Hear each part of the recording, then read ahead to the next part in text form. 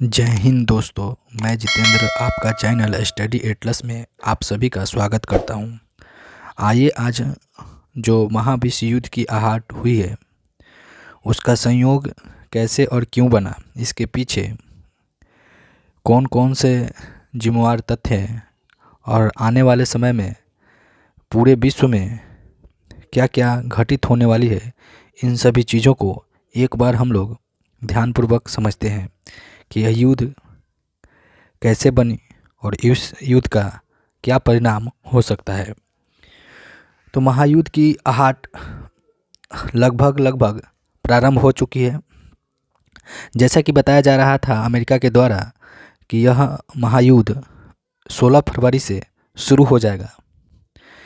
इस महायुद्ध का अगर बैकग्राउंड देखा जाए तो रूसी राष्ट्रपति व्लादिमीर पुतिन के द्वारा बहुत लंबे वर्षों से प्लानिंग किया जा रहा था, क्योंकि रूसी राष्ट्रपति व्लादिमीर पुतिन ने यह चाह रहे थे कि यूक्रेन में उनका आधिपत्य स्थापित हो जाए। इसी को लेकर वह कई दिनों से यूक्रेन के नज़दीकी क्षेत्रों में अपने सैनिक अभ्यास को ज़ोर तौर से शुरू किए हुए थे और साथ ही साथ अपने सैनिकों को यूक्रेन के नियरेस्ट क्षेत्रों में भी प्रवेश दिए थे। रूस के सेना इस तरह से यूक्रेन के चारों तरफ अपना बेस स्थापित कर लिया था कि धीरे धीरे यूक्रेन रूस के कब्जे में दिखता नज़र आ रहा था। इसी को मद्देनज़र पूरे विश्व में यह कयास लगाया जा रहा था कि एक दिन हो सकता है कि रूसी सैनिक एकाएक यूक्रेन पर आक्रमण कर दे। रूस के द्वारा यूक्रेन के बॉर्डर पर हॉस्पिटल, बैरक, सैनिकों के सुख सुविधा का जो भी साजो सामान था उसे एक एक करके यूक्रेन के नज़दीकी सीमाओं पर तैनात कर दिया गया था। और सैटेलाइट इमेज भी यह बता रहा है कि रूसी सैनिक भारी मात्रा में यूक्रेन के क्षेत्रों को घेरा हुआ है। युद्धक मिसाइल, टैंकर, सैनिक, साजो सामान से भरा रूसी सैनिक पूरे उत्साह के साथ यूक्रेन के चारों तरफ से घेर लिया है। तत्काल जानकारी यह है कि रूस ने यूक्रेन पर वार डिक्लेयर कर दिया है और जो वार जोन है उससे बहुत ही हैरान करने वाली तस्वीरें सामने आ रही है। रूसी फाइटर विमान एक पर एक गोले यूक्रेन के क्यू क्षेत्र में बरसा रहे हैं। ज़्यादातर अब तक तबाही क्यू क्षेत्र में ही देखा गया है, लेकिन एक तरफ यूक्रेन का भी यह दावा है कि उसने लगभग रूस के 800 सैनिकों को और कई टैंकों को तथा कुछ फाइटर प्लेनों को भी मार गिराने में सफल हो पाया है।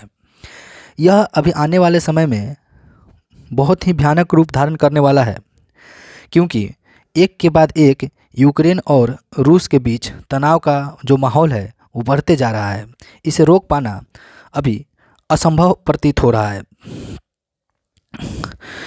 युद्ध का माहौल इस तरह से बना हुआ है कि एक तरफ यूक्रेन और दूसरे तरफ रूस आमने सामने खड़ा है। कोई किसी का बात सुनने को तैयार नहीं है। इस युद्ध में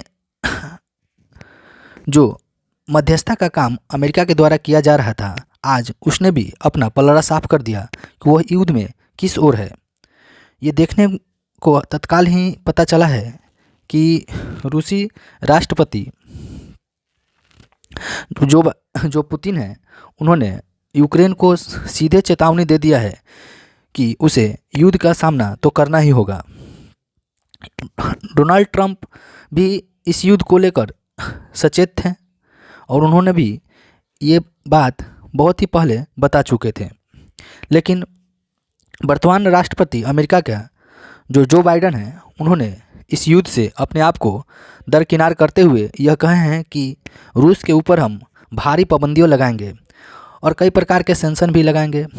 विभिन्न प्रकार के विश्व बैंक से जो रूस का व्यापार होता है उसे भी समाप्त कर देंगे और यूरोपीय यूनियन के माध्यम से जो व्यापार होता है रूस का, उसे भी खारिज कर देंगे। लेकिन जो बाइडन इस युद्ध से बैकफुट पर आते दिख रहे हैं। उन्होंने साफ प्रेस मीडिया के सामने यह इनकार कर दिया है कि अमेरिका का कोई भी सैनिक रूस के इस सीधे यूक्रेन वाले हमले में अपना पक्ष नहीं लेगा और रूस के युद्ध में अमेरिका एक तरह से दरकिनार होकर ही सामने रहेगा। इसी को लेकर यूक्रेनी राष्ट्रपति ने यह मंशा जाहिर किया है कि आज उसके सामने कोई भी देश खड़ा नहीं दिख रहा है। पहले अमेरिका बहुत ही बढ़ चढ़ कर यूक्रेन का समर्थन कर रहा था, नाटो फोर्सेस भी समर्थन कर रहा था, लेकिन आज यूक्रेन का पक्षधर कोई भी देश नहीं है। रूस इसी का फ़ायदा उठाकर यूक्रेन के ऊपर एक पर एक हमला ताबड़तोड़ किए जा रहा है। देखने वाला बात यह है कि भारत के सामने कौन सी रणनीति होगी इस पूरे युद्ध के दरमियान।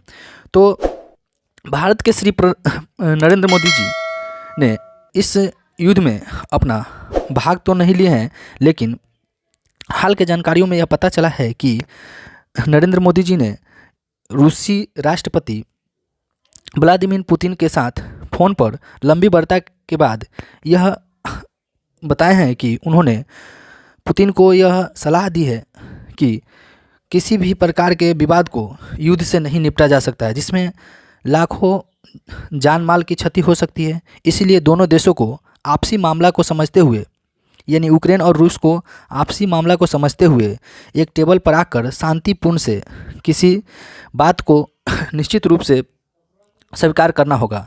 युद्ध से किसी को फायदा नहीं होने वाला है। लेकिन जो बाइडेन इस मामले में अपने आप को दरकिनार कर दिए हैं। वहीं अगर फ्रांस का राष्ट्रपति देखा जाए इमैनुअल मैक्रोन के द्वारा, तो यह रूस को खुली चेतावनी दे दी गई है कि यदि यूक्रेन इस मामले में रूस का विरोध करते हुए फ्रांस से किसी प्रकार का कोई मदद की गुहार करता है, तो फ्रांस हर संभव प्रयास यूक्रेन को करने के लिए तैयार है। तो ये संयोग बन रहा है कि यदि रूस यूक्रेन पर इसी प्रकार का हमला अगर करते रहा, तो हो सकता है कि फ्रांस भी इस युद्ध में कूद जाए।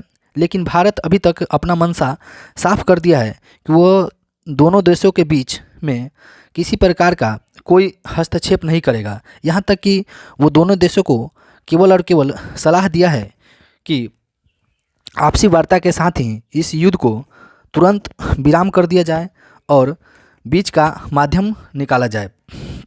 वहीं आज शाम तक नाटो फोर्सेस भी इस युद्ध में भाग लेने के मंशा बना रही है। जैसा कि अभी मीटिंग चल रहा है और नाटो फोर्सेस के द्वारा इस युद्ध में क्या स्टैंड लिया जाएगा वो आने वाले समय निर्धारित करेगा। यदि नाटो फोर्सेस इस युद्ध में भाग लेती है तो रूस के सामने एक नया मुसीबत खड़ा हो जाएगा।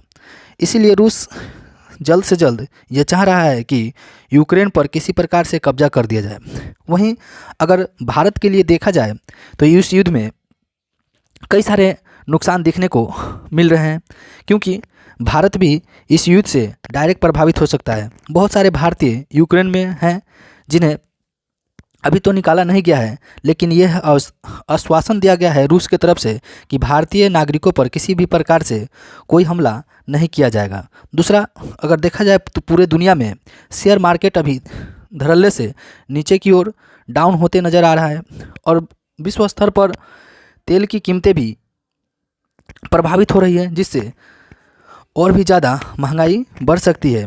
तो आने वाले समय में यह देखा जाएगा कि पूरे दुनिया में इस युद्ध से लेकर लोगों पर क्या प्रभाव पड़ता है। तो जय हिंद दोस्तों, अगर इस युद्ध का कोई और रिजल्ट आता है तो हम आने वाले समय में आप लोग को अवश्य इससे सूचित कर देंगे। इसलिए इस चैनल को सब्सक्राइब अवश्य कर लीजिएगा ताकि पल पल का जानकारी हम आप लोग के साथ साझा कर सकें।